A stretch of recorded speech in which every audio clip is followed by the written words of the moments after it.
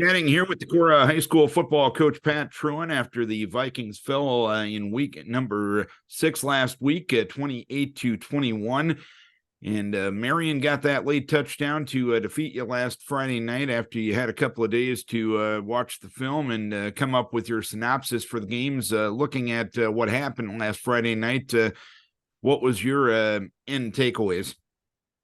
There were there were a lot of good plays made. I mean, we made a bunch of them.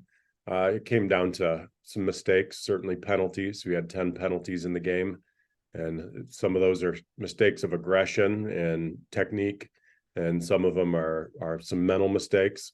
And then, we made a couple of mistakes on just some assignments and checks.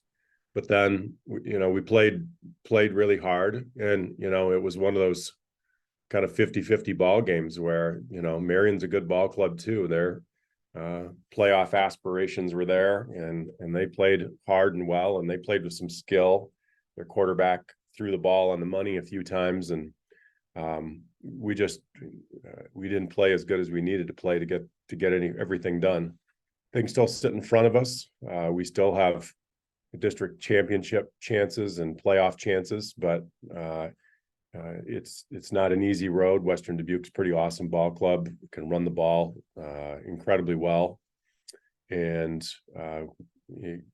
even that you don't have to win both games to make it in, but it's in our control if we win both ball games. If we happen to lose one of them, then it's not absolutely in our control. So that's been a kid's goal and coach's goal all year to make the playoffs. And so you got to play it out. But there's a whole bunch of teams around the state feeling the way we're feeling, like, hey, nothing's guaranteed. We got to win one or two ball games to make it in the playoffs. That's the nature of 4A football. And from last Friday night, of the things that you can control moving forward, how are you working to smooth out some of those rough edges that appeared last Friday night? Well, we have to remind ourselves of the techniques that we're taught, and you try to get kids refocused and players refocused on the task at hand. You come off a big win against Waverly, and then can you get all the focus and effort you need toward the next game? And we weren't able to get everybody just totally keyed in on what they need to do. So you work on your techniques, you work on your calls, and then you just keep practicing and keep working on what's going on. We don't have a lot of changes. We might move a guy here or there. We might slip in another play or coverage. We don't have a whole lot of changes.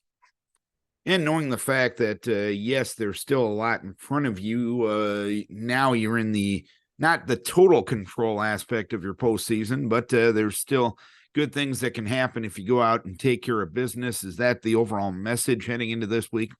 It is. You want people to still play loose. You can't go out and, it's not totally do or die this week. It's, could be an important game, but it's not absolutely do or die.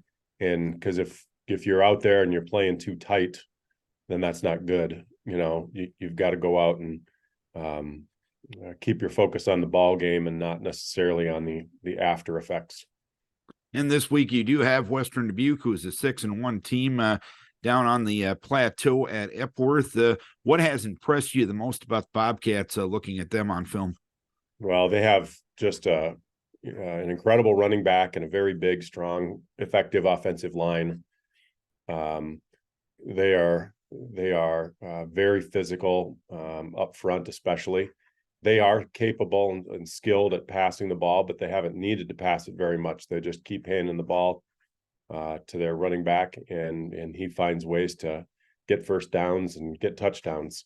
So that's the strength of their team. And then on defense, certainly their size, and then they play their positions. They don't get themselves out of position. They rally to the football where they need to rally to it. So, they're number 1, number 2 ranked, depending upon where you look. And they're a fine ball club, but the strength of their team's offensive line and running back. Right, Coach. Hopefully you can get back on the winning track this week. Keep your kids healthy. We wish you best of luck. Thanks, Darren. Pat Trewin, head coach of the Decorah Vikings. Vikings travel to Western Dubuque Friday night.